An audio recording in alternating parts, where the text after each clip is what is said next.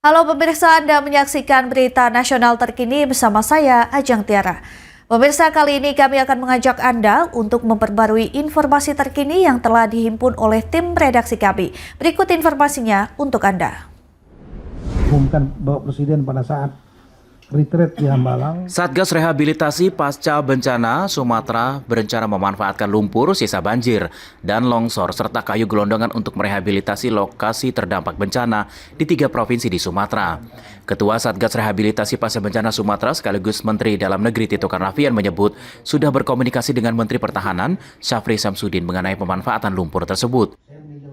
Tito mengatakan tanggul dari sedimen lumpur diharapkan bisa menjadi tembok penghalang apabila terjadi bencana serupa. Sementara kayu gelondongan menurut Tito akan ingin dimanfaatkan sebagai bahan pembangunan hunian tetap. Tapi Pak Menhan berpendapat menyarankan supaya lumpurnya dipakai untuk jadikan tanggul untuk memperkuat, jangan sampai nanti kalau ada banjir, air lagi, kemudian tumpah ke kiri kanan, gitu. Kalau untuk pemanfaatan kayu, itu lebih banyak mungkin diprioritaskan untuk pembangunan rumah-rumah hunian tetap nantinya itu. Rekan-rekan media. Lebih lanjut Tito mengungkapkan selain hunian tetap, kayu-kayu gelondongan saat ini sudah mulai digunakan warga untuk memperbaiki rumah maupun tempat ibadah yang rusak akibat diterjang banjir dan longsor pada akhir November 2025. Dari Jakarta, Dio Malau, Berita Nasional TV. 2 hari pasca banjir bandang pada Jumat siang, ribuan warga di Halmahera Barat, Maluku Utara masih bertahan di sejumlah titik pengungsian. Mereka mengungsi secara mandiri sejak Rabu akibat rumah mereka rusak disapu banjir bandang tersebut. Namun ribuan jiwa mengeluhkan bantuan terutama makanan dan pakaian. Bantuan yang tiba tidak tersalurkan merata akibatnya banyak pengungsi kelaparan. Tak ada pilihan lain memilih bertahan di pengungsian lantaran perabot rumah, tangga, pakaian telah tersapu banjir.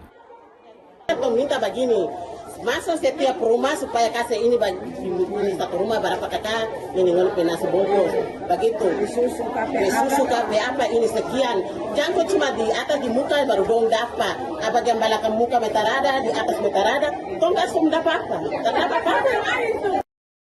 Data dari BPBD Halmahera Barat menyebutkan 3 kecamatan di wilayah itu cukup terdampak parah dari banjir bandang. Di Kecamatan Ibu Selatan terdiri dari Desa Talaga, Desa Gamsungi, Desa Gamsida, dan Desa Saharu. Sementara Kecamatan Ibu Utara yaitu Desa Duono dan Desa Tongute dan Agoin.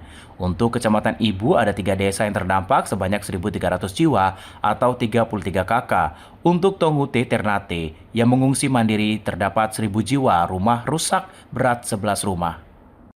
Untuk rusak ringan sebanyak 100 rumah, Desa Tongute Asal yang terdampak sebanyak 97 jiwa, di mana terdapat 59 kakak. Untuk bangunan terdampak rusak berat 4 dan rusak ringan 32. Sementara di Desa Gam Lama terdapat 1.500 jiwa, di mana terdapat 250 kakak.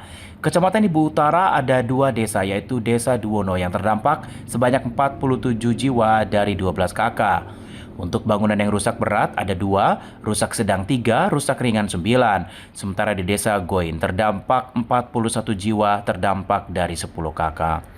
Gubernur Maluku Utara Serly Joanda menyebutkan pemerintah terus memantau perkembangan banjir, termasuk intensifkan tanggap darurat bagi para korban.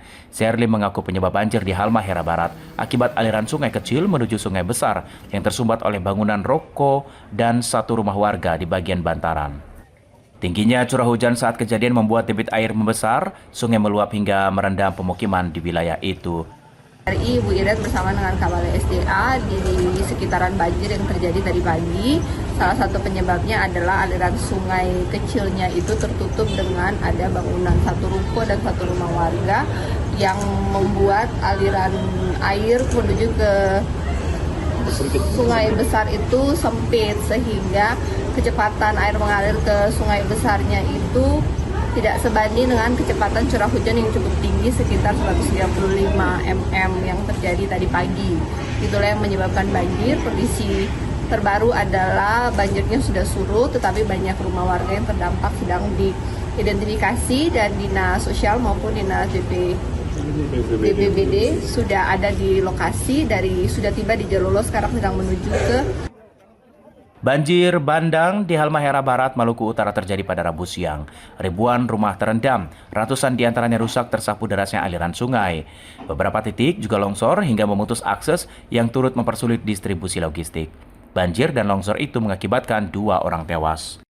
Dari Maluku, Tim Liputan Berita Nasional TV. Demikian berita nasional terkini, saya Ajeng Tiara, sampai jumpa.